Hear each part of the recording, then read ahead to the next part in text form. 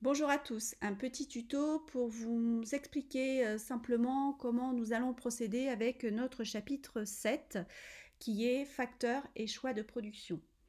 Ce chapitre-là est totalement à distance. Vous avez, quand vous arrivez sur la plateforme, directement accès au plan du chapitre qui est ici, que vous allez retrouver par des sections qui se trouvent dans le bandeau, là, tout en haut. Donc, vous allez pouvoir naviguer sur les différentes parties du cours, simplement en cliquant dessus.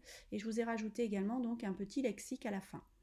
Donc revenons ici, je vous ai rajouté également sous le plan du chapitre une petite méthodologie, vous avez également des petites astuces qui vous sont données et vous avez aussi les deux entreprises avec lesquelles nous allons travailler tout au long du chapitre.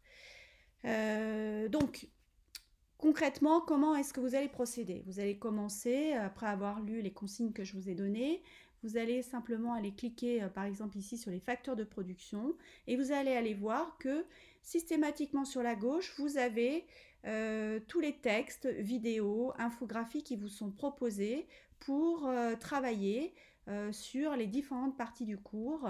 Voilà, je vous montre rapidement. Voilà, hop, par exemple. Et systématiquement, vous allez retrouver sur la droite, je reviens au départ par exemple, le travail qui est à faire. Donc c'est vraiment pareil sur chaque section. Le travail qui est à faire qui est sur la droite, avec à la suite des petits quiz et puis également une petite synthèse à faire en fin de section. Qui s'appelle Je retiens et qui permettra de voir un petit peu ce que vous avez retenu du cours.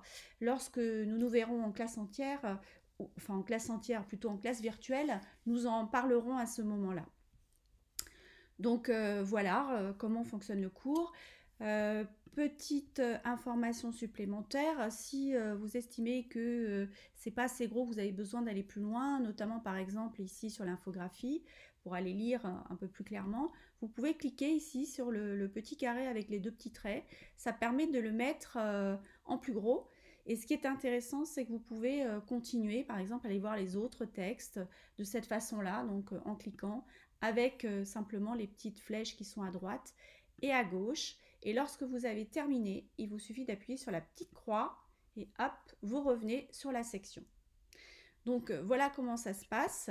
Je vous souhaite de bien travailler. Si vous avez le moindre souci, n'oubliez pas que nous allons nous revoir en classe virtuelle pour vérifier un petit peu les notions que vous avez réussi à acquérir ou pas. Et puis pour discuter de la suite du cours si besoin. Et puis voilà, je vous souhaite une bonne journée. Je vous dis à très bientôt dans un nouveau tuto. Au revoir.